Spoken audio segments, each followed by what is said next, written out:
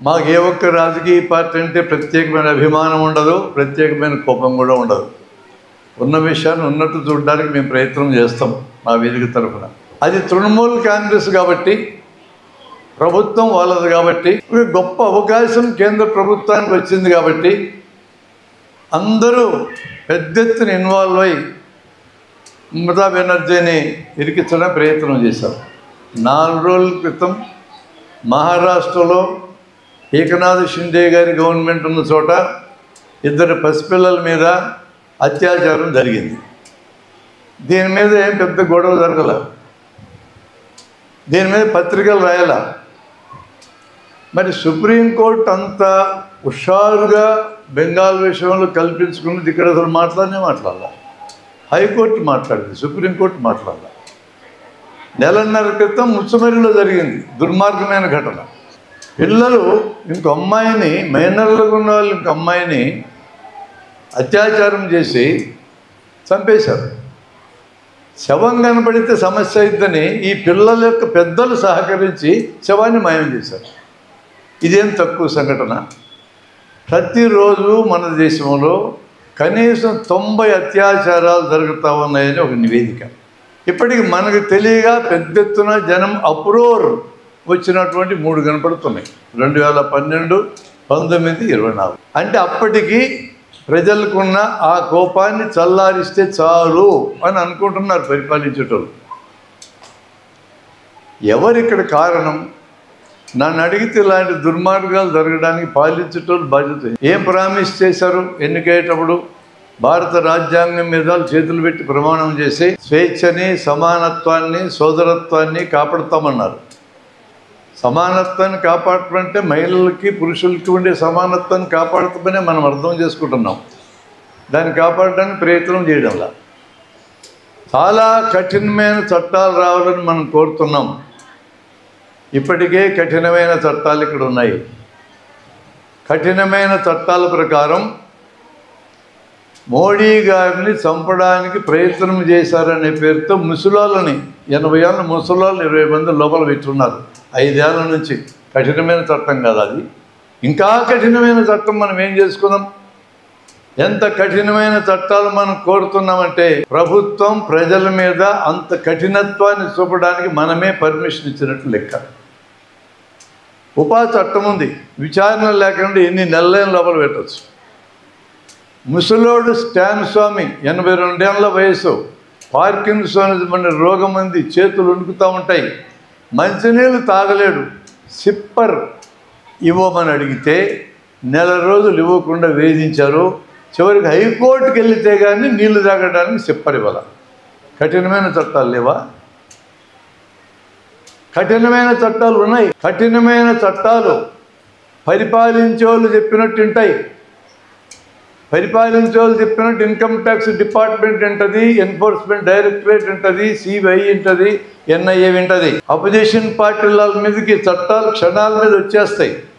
ఈ opposition party వాళ్ళు ఎంత అవినీతి పరులైనా వాళ్ళ పార్టీల్లో చేరితే అన్నీ మాయమైపోతాయి. కఠినమైన చట్టాలు కదా ఇవి. ఇంకా కఠినమైన చట్టాలు తీసుకురమ్మని మనం అడగడం అంటే మమ్మల్ని ఇంకా బలంగా తన్నండి అని మన ప్రభుత్వానికి హక్కిస్తున్నామని అర్థం. ఉన్న చట్టాలు చాలు వీళ్ళందరినీ బుక్ చేయడానికి నేను అభిప్రాయపడుతున్నాను.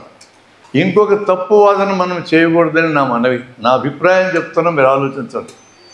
నేను ఈ మధ్య 5-6 రోజుల నుంచి నిరసన కార్యక్రమాల్లో తిరుగుతూ ఉంటే ప్రతిరోజు నాకు 1-2 చాలా పవర్ఫుల్గా మాట్లాడే వాళ్ళు కనపడి ఉరిదీయాలా నేరస్తుల్ని, నరికి పారేయాలా, ముక్కలు ముక్కలు చేయాలా, ఎన్కౌంటర్ చేయాలా. ఎన్కౌంటర్ని అర్థం తెలిసే మాట్లాడుతున్నారా? ఎన్కౌంటర్ అంటే కరెక్ట్ అర్థం ఏంటంటే ప్రత్యర్థులు పోరాడుతున్నప్పుడు అటు తుపాకులు ఇటు తుపాకులు ఉంటాయి, అటు కొంతమంది సస్తారు, ఇటు కొంతమంది సస్తారు. అది ఎన్కౌంటర్.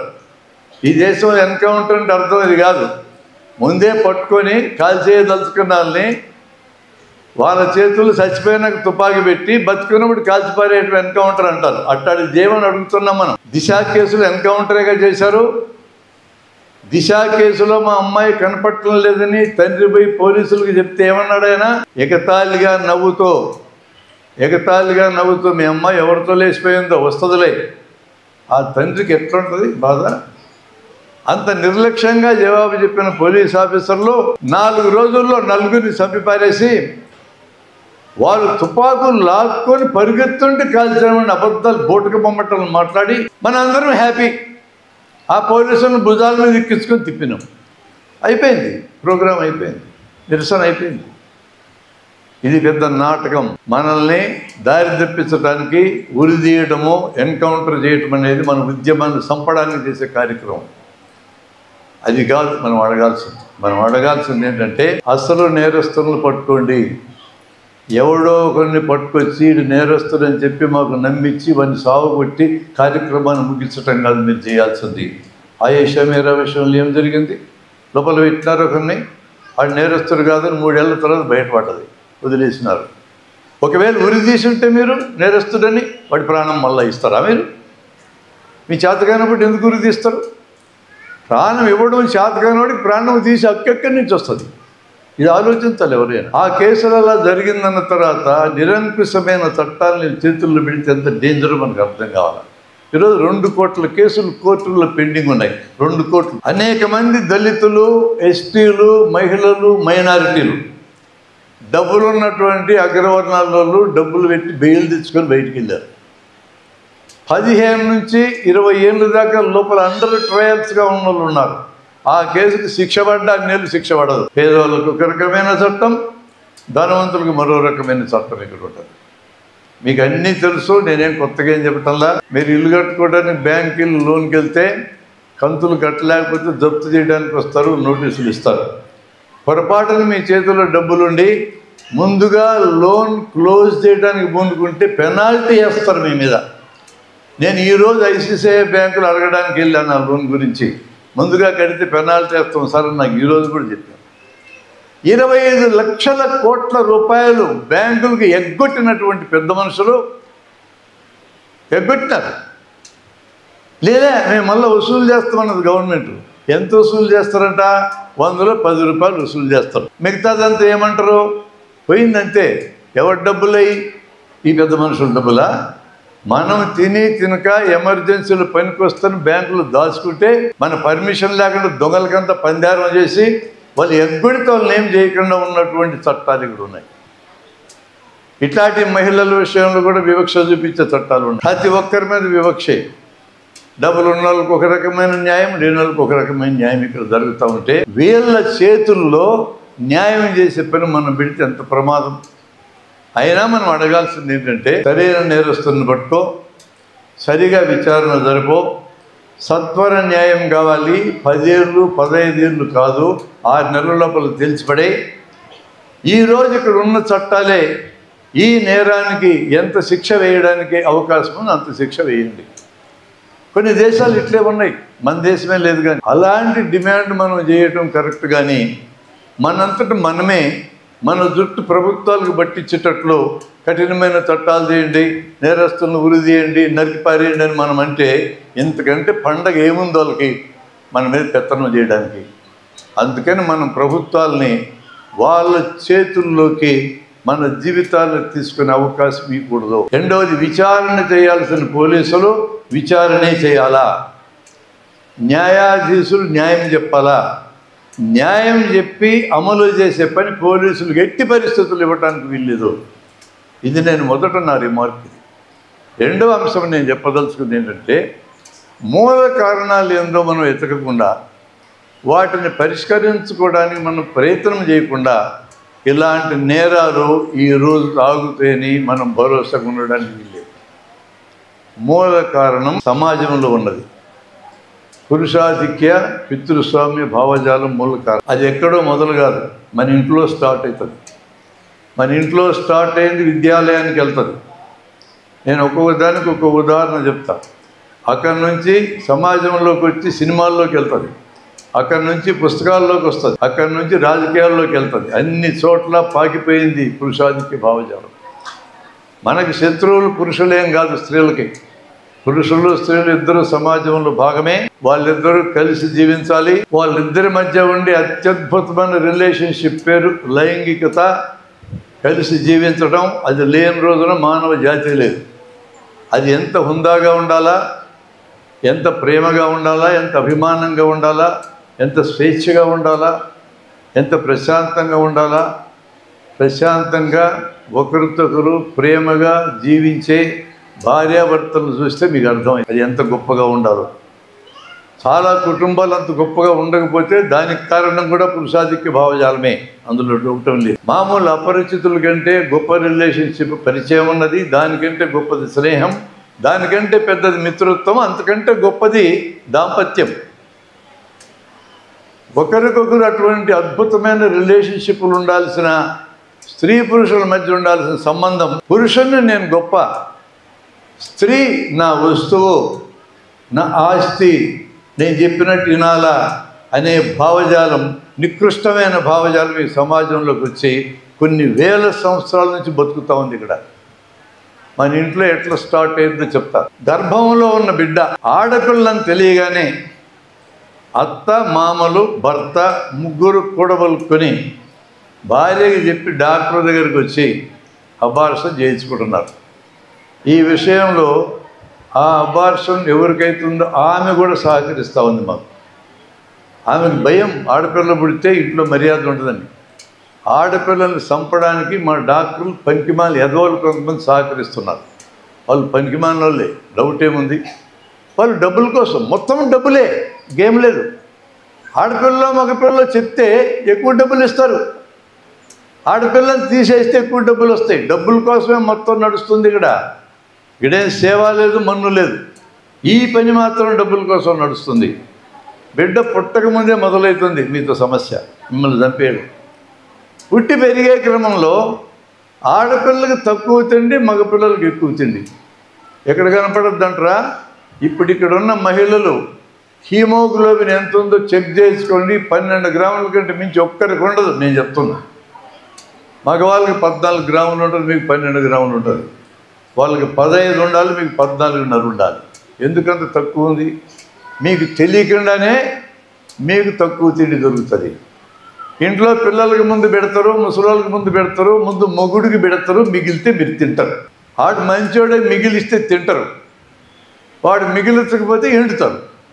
అక్కడి నుంచి మొదలవుతుంది మీకు రక్తహీనత, ఇంట్లో స్టార్ట్ అవుతుంది. మగవాళ్ళు అనేక మంది 7 గంటలకు నిద్రలేస్తే ఆడవాళ్ళు 5 గంటలకు నిద్రలేస్తారు.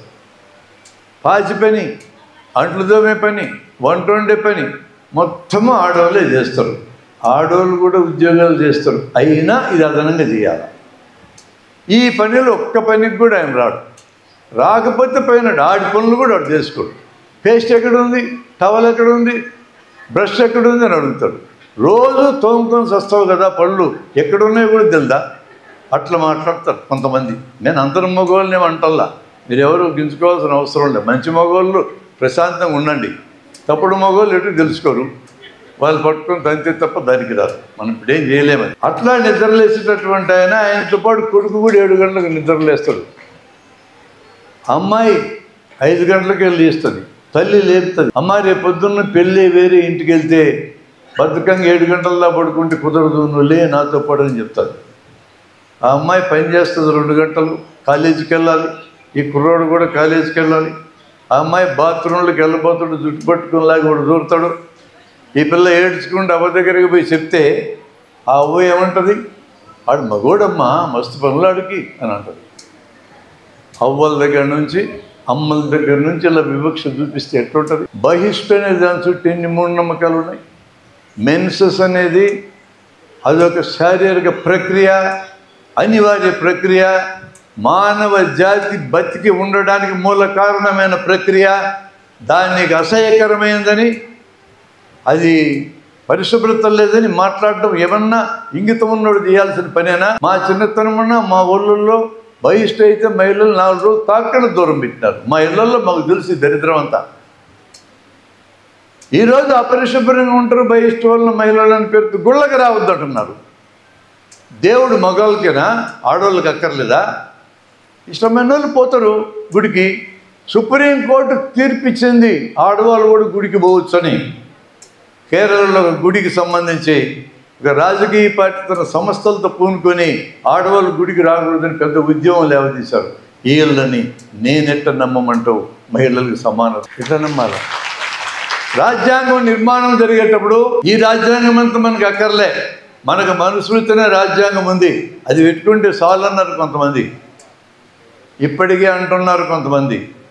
మనుస్మృతిలో ఆడవాళ్ళు చదువుకోవడానికి వీలు లేదు, మనుస్మృతిలో స్త్రీకి స్వేచ్ఛ ఉండటానికి వీలు లేదు. చిన్నతనంలో తండ్రి సంరక్షకుడు, పెళ్ళైతే మొగుడు సంరక్షకుడు, వయసు పెరిగితే కుమారుడే, కుమార్తె కాదు మళ్ళా సంరక్షకుడు. స్వేచ్ఛక్కర్లా, చదువక్కర్లా. ఒప్పుకుంటారా మీరంతా? శూద్రులు ఎవరో చదువుకోవడానికి వీలు లేదు మనుస్మృతులు కాదు. ఒప్పుకుంటారా? ఏ మతమైనా కావచ్చు, నాకేం మతాల మీద కోపం లేదు. ఆ మతంలో ఈ రోజుకి ఏం పనికొస్తాయి ఉంటాయి, పనికిరాని లేచిపోతాయి. మన హిందూ మతంలో ఒకప్పుడు మొగుడు చచ్చిపోతే ఆడు ముసలోడు చిన్నపిల్లని చేసుకుంటాడు, చస్తాడు. మరి చచ్చిపోతే చిన్నపిల్లని నాడు చిత్తి మీదకి ఎక్కించి కాలు పెట్టేవాళ్ళు. ఏం పర్పస్ అయ్యా కాలు పెట్టాల్సిన పని ఏందని అడిగితే, ఈయన స్వర్గానికి పోతే అక్కడ సేవ చేసేది ఎవరండి, ఇక్కడ అయింది సేవ, మళ్ళీ అక్కడ కూడా ఏమే సేవ చేయాలి. అట్లా చంపినారు, మార్చుకున్నాం కదా. ఒకప్పుడు ఆడపిల్లలు చదువుకోవడానికి వీల్లేదన్నాం, చదివిస్తున్నాం కదా. ఇదివరకు ఆడపిల్లలకి ఏ స్వేచ్ఛ అక్కర్లేదని ఇప్పుడు అన్ని పనుల్లోకి వస్తున్నారు కదా. ఇదివరకు సముద్రయానం చేయకూడదన్నాం, చేస్తే కులంలోంచి బహిష్కరిస్తామన్నాను, పోతున్నారుగా. ఇన్ని మార్పులు చేసుకున్నాం కదా. ఇంకా ఉన్నవి ఏమన్నా దరిద్రం ఉంటే వదిలించుకోవచ్చు కదా, మన మతాన్ని మనమే బాగు చేసుకోవచ్చు కదా. ఆ పనేదో ముస్లింలు వాళ్ళ మతాన్ని వాళ్ళు చేసుకుంటారు, క్రిస్టియన్లు వాళ్ళ మతాన్ని వాళ్ళు చేసుకుంటారు. మన మతాన్ని మనం బాగు చేసుకోవాలి కదా. ఇప్పుడు ఇది చేసుకున్నాం, మిగిలింది బాగు చేసుకోవాలా. దానికి సిద్ధపడినటువంటి వాళ్ళు రాజ్యాధికారంలో ఉంటే మనకు మేలు చేస్తారు. అట్లా జరగడంలా ఆ సమస్యను మనం ఎలా చూడాలి? ఇంట్లో మొదలైనటువంటి ఈ సమస్య అక్కడ ఆగకుండా రాజకీయాల్లోకి వస్తుంది. మహిళలు 50% ఉన్నారు జనాభాలో. చాకిరీ 60 వంతులు చేస్తున్నారు పని, గుర్తింపు లేని పని, జీతాలు లేని పని. ఇంట్లో పనికి మీరు జీతం లెక్కేస్తే భర్త జీతం సగం ఏమికి వస్తుంది. అంటు దోవినందుకు జీతం, వంట చేసినందుకు జీతం, పసుపుడిచినందుకు జీతం, పిల్లల్ని పెంచినందుకు జీతం, అన్ని జీతాలు ఇవ్వండి భార్యలకి. ఎంత వస్తుందో ఆ బ్యాంకుల అకౌంట్లో పెట్టండి, వీళ్ళకి ఏం మిగులుద్దు చూద్దాం. ఊరికే చేస్తామంటే బాగా చేయించుకుంటారు పని. అంత చాకిరీ చేస్తున్నారు. వీళ్ళ పేరుతో ఆస్తులు 2% ఉన్నాయి. 50% ఉండే మహిళల్ని అభివృద్ధి చేయాలి, తరతరాలను వెనుకబడి ఉన్నారని మనం భావిస్తే వీళ్ళకి 60% రిజర్వేషన్ ఇవ్వాలి. నా లెక్క ప్రకారం నాకు కానీ పిఎం పోస్ట్ ఇస్తే మొదటి ఇదే చేస్తాను నేను. పోటీలు 50% ఇవ్వండి. 33% ఇవ్వడానికి 20 ఏళ్ళ నుంచి తనకలాడి వస్తున్నారు పార్లమెంట్లో. వీళ్ళకి మహిళల మీద ప్రేమ ఉందంటే నేను నమ్మాలా? లేదు, వీళ్ళకి ప్రేమ, తమ అధికారం కావాలి, మీరు వాళ్ళకి సేవలు చేస్తూ ఉండాలి. మన ఇంట్లో దగ్గరికి వచ్చాక పార్వతీ నిలయం, లక్ష్మీ నిలయం ఇలాంటి పేర్లు ఇళ్ళకి పెడతారు, భార్యల పేర్లు పెడతారు. డాక్యుమెంట్లో భర్తల పేర్లతో ఉంటాయి, డాక్యుమెంట్లు మీ పేరుతో ఉంటాయి. వంటింటికి నువ్వు మహారాణి అంటాడు భర్త. అంటే వంటింటిలో నీ గతి, ఇల్లంతా నాది, వంటిల్లు నీది. అక్కడికి భర్త వస్తే మీకు కూడా కోపం, ఇది కూడా ఆక్రమిస్తారేమో దరిద్రులని, అది కూడా మిగలకుండా చేస్తారేమోనండి. ఇట్లాంటి మనస్తత్వం మనకు ఉంది. ముందు మన దగ్గర కదా సంస్కరణ మొదలు కావాలా. ఇప్పుడు బయట కొన్ని దేశాలు ఉన్నాయి, పిల్లల్ని కనాలంటే పిల్లల్ని పెంచడంలో నేను కూడా సహకరిస్తానని భర్త హామీ ఇస్తేనే కంటున్నారు, లేకపోతే కంటంలా. ఎప్పుడు ప్రశ్నిస్తాం ఇదంతా మనం? ఈరోజు అలా ప్రశ్నించడం మొదలుపెట్టాలి. ప్రశ్నను చంపుకోవద్దండి, మనమేం కొట్లాడాలని చెప్పటంలా, ప్రశ్నించండి. ప్రశ్ననే తట్టుకోలేని జనం ఉన్నారు ఈ రోజున. వాళ్ళ ముందు నేర్చుకోవాలా, ప్రశ్నను భరించడం నేర్చుకోవాలా. మన ఇళ్ళల్లో స్టార్ట్ కావాలా. బయట సమాజంలోకి వస్తే అక్కడ కూడా ఇది కొనసాగాలి. దీనికి తోడు సినిమాలు, ఎంతో దరిద్రమైన సినిమాలు వస్తే మీకు చెప్పనక్కర్లేదు. ఆడవాళ్ళు గొప్పోళ్ళు అని చెప్పే సినిమాలు కూడా నేను చూసా. దరిద్రమైన సినిమా ఒక్క సినిమా చెప్తాను నేను, అర్జున్ రెడ్డి సినిమా, మీరందరూ చూసినారు దాన్ని. వాడు ఎంత పిచ్చిగడ్డం వేసుకుని తిరుగుతున్నాడో హీరోగాడు. ఇప్పుడు మనిషి అసలు ఎప్పుడు తాగుతూ ఉంటాడు, ఎప్పుడు మందులు తింటూ ఉంటాడు. ఒక అమ్మాయి మీద ప్రేమ ఉందని క్లాస్ రూమ్లో చదువుకుంటున్న పిల్లలు చేయబట్టుకుని లాక్కొని వస్తాడు. ఏ అమ్మాయినైనా తాకటానికి హక్కు లేదు, మనం చేయబట్టుకుని ఎట్లా లాక్కొని వస్తాడు. ఈ ముంగి పిల్ల మోటార్ సైకిల్ ఎక్కిపోతుంది. ఏంది అట్లా పోయేది? ఏంద్రా నువ్వు లాగుతో సన్నాసేదవా అంతా చెప్తా కొడుతున్నాను కదా పిల్ల అందో. చివరికి వాడు తాగి తాగి తాగి ఆ అమ్మాయి గుడ్డి మీద దాన్ని వెళ్ళిపోతే ఆ విచారంలోంచి దేవదాసులాగా తాగుడు ఎక్కువ చేసి ఆ తాగుడులోనే ఆపరేషన్ చేస్తాడు, మధ్యలో కింద పడిపోతాడు, నర్సు పూర్తి చేస్తా ఆపరేషన్. మీరు ఒక్కసారి ఆలోచించుకోండి, ఇలాంటి తాగుబోతుల దగ్గరికి మీ అమ్మనో నాన్ననో మీ కొడుకునో కూతురునో ఆపరేషన్ పంపిస్తే మీరు సిద్ధమవుతారా? వాడు మధ్యలో కింద పడితే నర్సు పూర్తి చేస్తే ఒప్పుకుంటారా? మరి ఎందుకు పనికిమాల సినిమాని అట్లా చూసినాం మనం చూడబట్టే కదా సినిమాలు తీస్తున్నారు. అది మళ్ళీ హిందీలో తీస్తే కూడా బ్రహ్మాండంగా ఆడింది. ఇట్లాంటిది ఒక్క సినిమా కాదు, నేను 100 చెప్తే ఇట్లాంటి పనికిమాల సినిమాలు. సమాజం మొత్తం కక్ష కట్టుకొని మహిళలకు వ్యతిరేకంగా పనిచేయటం మొదలెట్టది. మీరు మాట్లాడటం మొదలెట్టకపోతే ఇట్టే తీస్తారు. అందుకని ప్రతి చోట we have to accept our self. అది మీ ఒక్కరి బాధ్యత కాదు, సమాజం సజావుగా నడవాలని కోరుకునే మగవాళ్ళందరూ కూడా మహిళలకి బాసటగా నిలబడాలి. అందుకే మేము ఏమి నిర్ణయించుకున్నామంటే, ఇట్లాంటి ఘటన జరిగినప్పుడు జనం పెద్ద ఎత్తున కోపం వస్తుంది, తాటాకు మంటలాగా మండుతారు, ఆరిపోతారు. ఆరిపోయేటట్టు కోర్టులు కూడా చేస్తాయి, పోలీస్ యంత్రాంగం చేస్తుంది, రాజకీయ నాయకులు చేస్తారు. వాళ్ళకి కావాల్సింది అప్పటికది ఆరిపోవడమే, అంతకంటే ఏం లేదు. అంత పరిమితమైన కోరిక వాళ్ళది. ఒకవేళ జరిగితే అది మా వైఫల్యం అని ఫీల్ అవుతున్నారు. వాళ్ళ వైఫల్యం ఎందుకు అనుకోవాలా? నీ ప్రభుత్వం ఉంది నిజమే, జనమందరూ నీ కంట్రోల్లో ఉండరు కదా, పనికిమాలలో ఉంటారు కదా. పనికిమాలని తీసుకెళ్ళి జైల్లో పెడితే మీకేంది ఇబ్బంది? పరిపాలించేటోళ్ళకి మీరు ఎందుకు అంత ఫీల్ కావాలా? కలకత్తాలో లోపల పెడతారు పనికిమాలని, ఎందుకో మమతా బెనర్జీకి బాధ. ఇక్కడ మహారాష్ట్రలో ఎదవలు లోపల పెడతారు, ఏకనాథ్ షిండేకి ఏంటి బాధ? ఏ రాజకీయ పార్టీని బాధ ఏంది పనికిమాలను లోపల పెడితే? అదంతా వీళ్ళ వైఫల్యం అని మనం అనుకుంటామని, వీళ్ళ బాధ అంతా. మనమేం అట్లా అనుకోం. ఎప్పుడూ వైఫల్యాలు ఉన్న వాళ్ళే పరిపాలిస్తూ ఉంటారని మనకు తెలుసు. కాబట్టి మనం ఎందుకు అనుకుంటాం? అన్ని సకల వైఫల్య శిఖామణులు వీళ్ళందరూ ప్రజలకు మేలు చేయడానికి పూనుకుని ఉన్నారని ఎవరు భ్రమలు లేరు. వాళ్ళకి మేలు చేసుకోవడానికి వచ్చినారని అంతవరకు మనకు తెలుసు. కాబట్టి వాళ్ళు అట్లా ఫీల్ కావాల్సిన పని లేదని వాళ్ళకు నేను సలహా ఇస్తున్నా. మీరు వదిలేయండి పోలీసుల్ని నిష్పక్షపాతంగా విచారించడానికి, ఇప్పటికంటే మేలవుతుంది. మీరు వాళ్ళ మీద బాసుల్లా ప్రవర్తించి అట్లా చేయి ఇట్లా చేయి అంటే తప్పుడు పనులు జరుగుతాయి. పోలీస్ యంత్రాంగాన్ని స్వేచ్ఛగా విచారించడానికి వదిలేస్తే, చంపడానికి కాదు విచారించడానికి వదిలిస్తే ఈ రోజు కంటే మెరుగవుతుంది. కలకత్తా కేసు 9వ తేదీ నడిస్తే 10వ తేదీ కల్లా దొంగలను పట్టుకొని లోపలేయగలరు. వాళ్ళకి ఆ శక్తి ఉంది. రాజకీయ భాషల పెత్తనం పోలీసుల మీద ఉండకూడదు. దానికి ఒప్పుకుంటారు రైళ్ళు, ఈ పరిపాలించేటోళ్ళు ఒప్పుకుంటారని చెప్పండి. వాళ్ళతోనే మేలు చేయించుకుంటాం మేము. మొత్తం వాళ్ళ మీద పెత్తనం చేసి వాళ్ళందరినీ మాకు వ్యతిరేకంగా మీరు ఎందుకు తిప్పాలా? మేము అది గమనించినాక మేము ఏమనుకున్నామంటే, మిత్రులారా మీరు ఆలోచించండి.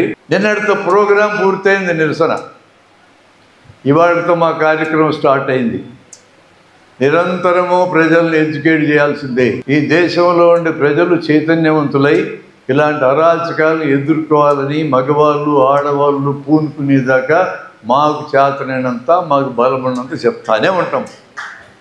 రేపు 3 చోట్ల మీటింగ్లు పెడుతున్నాం, సోమవారం 2 కాలేజీలు పెడుతున్నాం, వచ్చే వారం అంతా ఈ ఊళ్ళో కాలేజీలన్నీ పెడతాం. మేము సెన్సిటైజ్ చేయడానికి ప్రయత్నం చేస్తున్నాం. సుదీర్ఘకాలం పడుతుంది, నాకు తెలుసు. అది సుదీర్ఘకాలం పనిచేయడానికి సిద్ధపడని వాళ్ళు ఉద్యమాల్లో ఉండడం అనవసరం.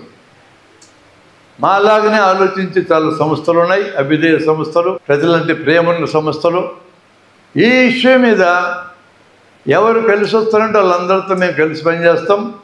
మాకు నాయకత్వం కూడా అక్కర్లేదు, వాళ్ళ నాయకత్వంలోనే మేము పనిచేయడానికి సిద్ధంగా ఉన్నాం. కాలేజీలకి మేము పోతాం, మేము పిలుస్తాం, రండి మీరు మాట్లాడండి. ఏ ఒక్కరూ ఫోకస్ కావాలని మాకు లేదు. అసలు సమస్య ఫోకస్ కావాలి, సమస్య జనంలోకి వెళ్ళాలి, వ్యక్తులు కాదు అనేది మేము బలంగా నమ్మి మా కార్యక్రమానికి నాందిగా ఈరోజు ఇక్కడ ఈ కార్యక్రమాన్ని మేము స్టార్ట్ చేసినాం. మాకు ఈ కార్యక్రమానికి పెద్ద మనసుతో సహకరించిన మా పత్తిబాబులయ్య గారు మాకు మంచి మిత్రుడైన, మీరు కార్యక్రమం పెట్టుకోవడమే ఆనందం, పెట్టుకోండి అని చెప్పి ఆయన అన్నాడు. మా మిత్రులందరూ కూడా సహకరించారు, మహిళా సంఘాలన్నీ సహకరించినాయి. నా స్నేహితులందరూ కూర్చొని ఉన్నారు నా ముందు. వాళ్ళందరి యొక్క సమిష్టి కృషి వలన ఈ కార్యక్రమాన్ని ఈ మేరకు చేయగలుగుతున్నామని నేను భావిస్తున్నా. మీ అందరికీ కృతజ్ఞతలతో నేను ముగిస్తున్నా.